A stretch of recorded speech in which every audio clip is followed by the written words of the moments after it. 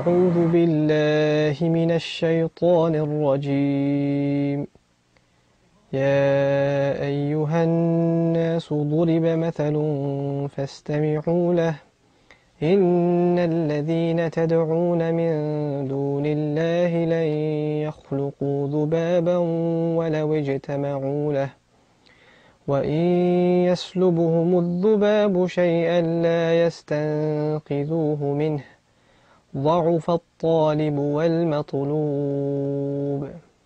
الله العظيم. رب اشرح لي صدري ويسر لي أمري واحلل عقدة من لساني يفقهوا قولي. I greet you with the universal greetings of Islam. Assalamu alaikum.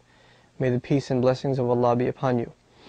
I'd like to share with you some ideas today regarding psychological disorders that exist predominantly in the United States and the Western world that are affecting many a household and many of our youth and many of our families that we don't seem to have an answer for. We sought the answer with the church, we sought the answer with psychiatry, we sought the answer with medicine.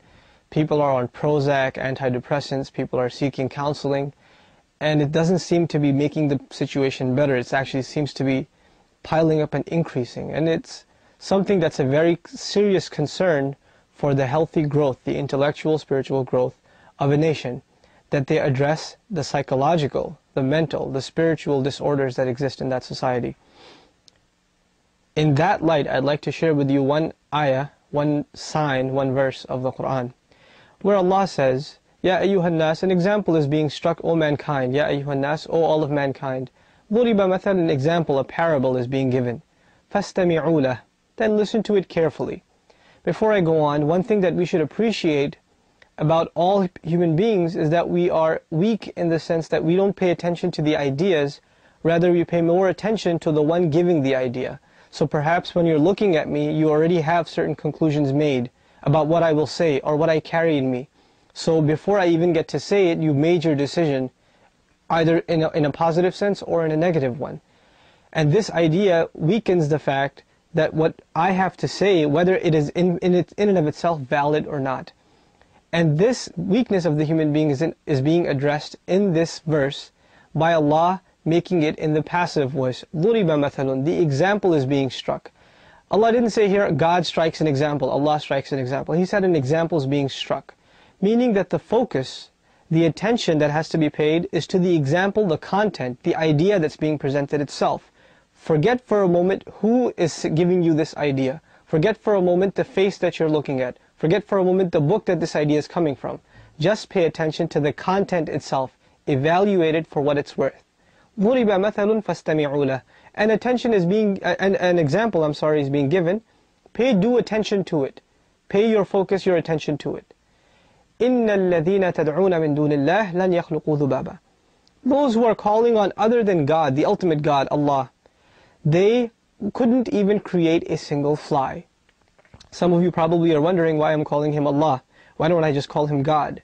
Well, the term God has German roots, and it's actually something alien to classical Semitic culture. And even in Hebrew and classical versions of the Bible that were translated into Arabic, the term Allah was used for God. So it's not something alien to the Christian world. Actually, the term God is more recent, and the term Allah, even to the Christian and Jewish phenomenon, like Elohim and Eloh, which are the same roots in Arabic as Allah, are common words. So though it sounds today with all the hype about Islam and all the terms that are used, that Allah is the name of some strange God, it's actually something very familiar to those of knowledge from the Christian and Jewish tradition. But back to the subject that I was referring to. The example itself is that those who call on other than Allah, they couldn't even create a fly. لَنْ يَخْلُقُوا ذُبَابًا. They would never be able to even engineer a fly. They may be able to create airplanes or computers, networks. They may be able to create masses of armies. They may be able to design skyscrapers. They may be able to produce massive amounts of incredible technology. But God's example in this ayah, Allah's example in this ayah, is referring to a very small creature, a fly. They couldn't even design and engineer one single fly. And then he says, وَلَوْ اجْتَمَعُوا لَهُ.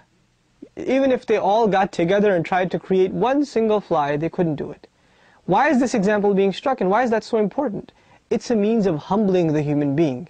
We've become a people that appreciate the things around us so we can benefit from them. But we don't have an appreciation for the things around us that are giving us a sign that these are creations of a higher force. The harmony in every plant, in every tree, in every cloud that's floating in the air, every fly and every bird that's floating in the air. It's reflecting, it's pointing us in a direction that we're refusing to look at because we're too centered towards ourselves. So we're being humbled by this small, tiny example of a fly. But the example doesn't stop here. Allah says, وَإِنْ يَسْلُبْهُمُ الذُّبَابُ شَيْئًا لَا يَسْتَنْقِذُوهُ مِنْهُ. If the fly itself tried to it took away something from your food. It took something away from you, a tiny speck of your food. It doesn't matter if you're the president. It doesn't matter if you're the general of a great army. It doesn't matter if you're a millionaire or a homeless person. Whoever you are, how much ever power you may have, that one speck of food that this fly took away from you, no matter what you do, you cannot get that speck back. You can kill the fly, or you could try. You could try and catch it.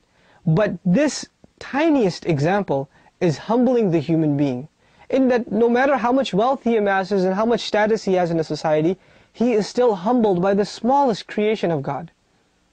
So here, God is reminding us to be humble, to reflect on His creations, even the smallest of them, that can lead us to humble ourselves before our Master.